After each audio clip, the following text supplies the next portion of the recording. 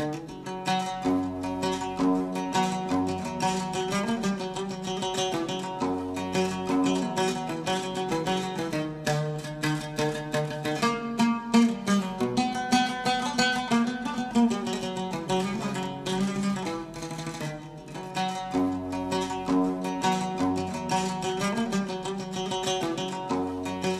idea behind Israeli Apartheid Week came out of a meeting that took place at Sydney Smith Hall in the University of Toronto on October 25, 2004.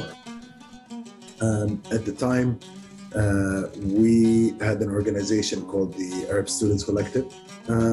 It was a non-hierarchical organizing structure. Those of us in things like the Arab Students Collective were actually active members and organizers with things like the anti-poverty struggle, the indigenous sovereignty struggle, the anti-deportation struggles that were going on, and so on, and anti-racism struggles more broadly. And so even though we didn't have the word intersectionality at the time, you know, it was the language of solidarity, and that even solidarity didn't go far enough, that we all needed to see ourselves as participants in all of these struggles, even if we didn't feel directly affected. We were all undergraduate or graduate students in Toronto. Most of us were part of a group called the Arab Students Collective, and a few of us were involved in other Toronto groups like Al-Awda, the Right of Return campaign, and a group called the Sumud, which is a Palestinian prisoner solidarity campaign that existed in Toronto at the time. And its activism was unfolding in a very particular historical setting, which is that of the Second Intifada. All the key organizers that were involved in the Arab Students Collective were shaped by the Intifada. Israeli Apartheid Week starts in Toronto in 2004. Right from the get-go, we had a lot of resistance. In one of the years, the president of the University of Toronto said Israeli Apartheid Week is probably the worst week in a university president's life. So right from the get-go, there was a lot of resistance, and we had a lot of harassment in terms of booking rooms, making us pay for security, etc. But we were really determined to keep carrying through. And with the growth of the boycott, divestment, and sanctions movement, Israeli Apartheid Week became a natural home for discussions around BDS. Some of the students who were in Toronto, went to other cities to continue their education. So we had an Apartheid Week spring up in New York, other ones in London, and then it just started growing organically in that way. We wanted to have a formula for something that could be replicated on other campuses. I remember in the first 2 years of Israeli Apartheid Week, so 2005, 2006, just walking around on campus, because it was about apartheid and because it had made a bit of a stir in the media and whatnot, you would hear random people having this conversation of like, what do they mean by apartheid? How does it work? I want to learn more. And you could hear people being like, well, but what about this? And it really had this, it was very successful in forcing people to kind of like question, why are they calling it apartheid? How is it apartheid? Is this just a smear campaign? Is there something to compare with South Africa? Is this about a comparison with South Africa or something else?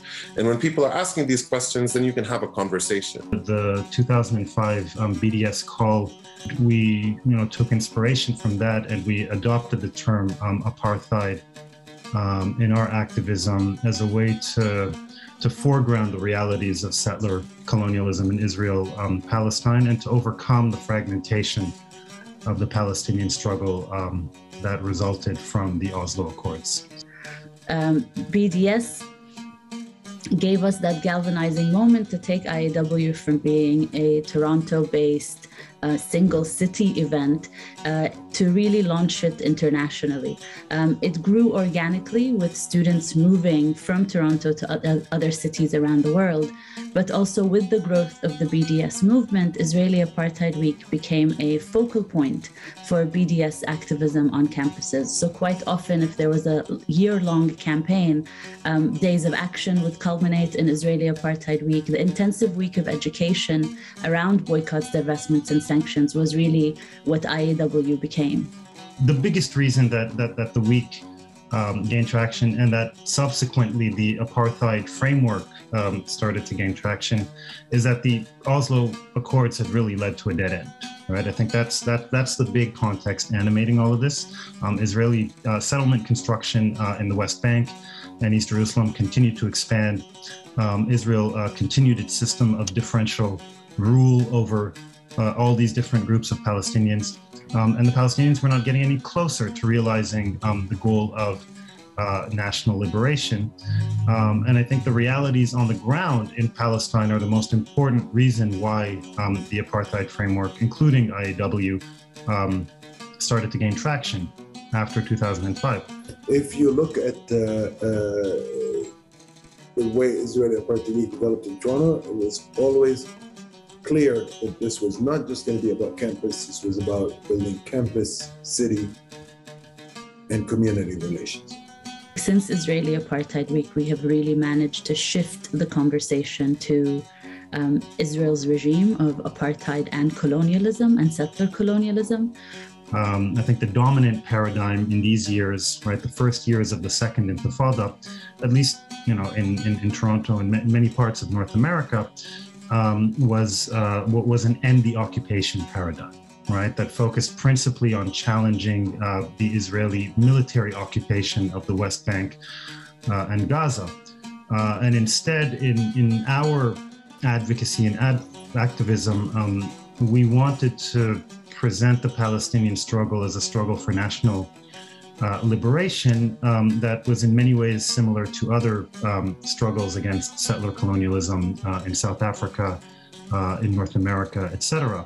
Well, if you support Palestinian liberation and freedom and human rights, and however it is that you want to phrase it, then this is, you need to kind of recognize that this isn't just about getting soldiers out of some part of the West Bank or the Gaza Strip.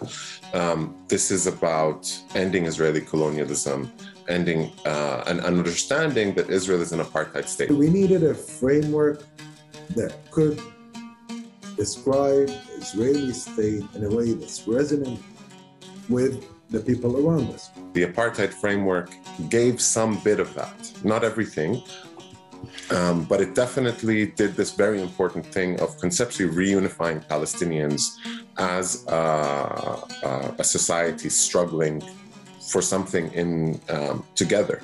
That it wasn't just, Gaza wants this and Palestinians in Lebanon want that and Palestinians in 48 want this, that these are all connected, and they're connected by this apartheid regime, which is the entity that's kind of has implemented the policies and practices that have dispossessed us, oppressed us, occupied us, and so on. And the nice thing about calling it an Israeli Apartheid Week was that people immediately connect apartheid with the response to apartheid, of course, in solidarity circles, which was a boycott, divestment, and sanctions program. When we say that this is a fight against apartheid, this isn't limiting Israel to just an apartheid regime. The fact of military occupation is real. The fact of settler colonialism is real. The fact of the ongoing land grab is real.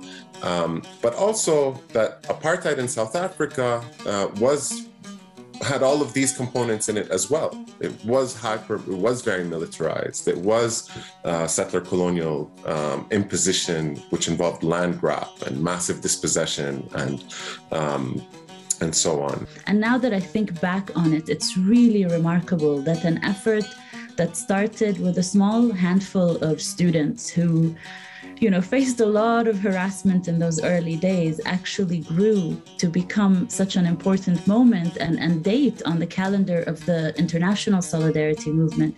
We went from having one university to the largest year I was involved, we had 214 campuses actually hosting some type of Israeli Apartheid Week events. And that's really quite remarkable thing. We still need to keep demanding sanctions and boycotts at the official levels and at the grassroots levels.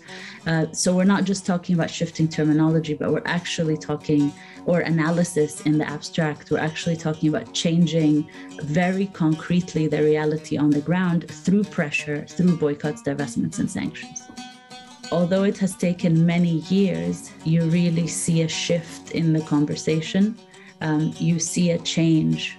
So students who are active on campuses now should know that this shift into being able to speak about apartheid and settler colonialism has been a long time in the making. And every effort that we take builds on what others have built before us, and we take it forward and we try to deepen it, and we try to ensure that things that are concrete actions start to happen.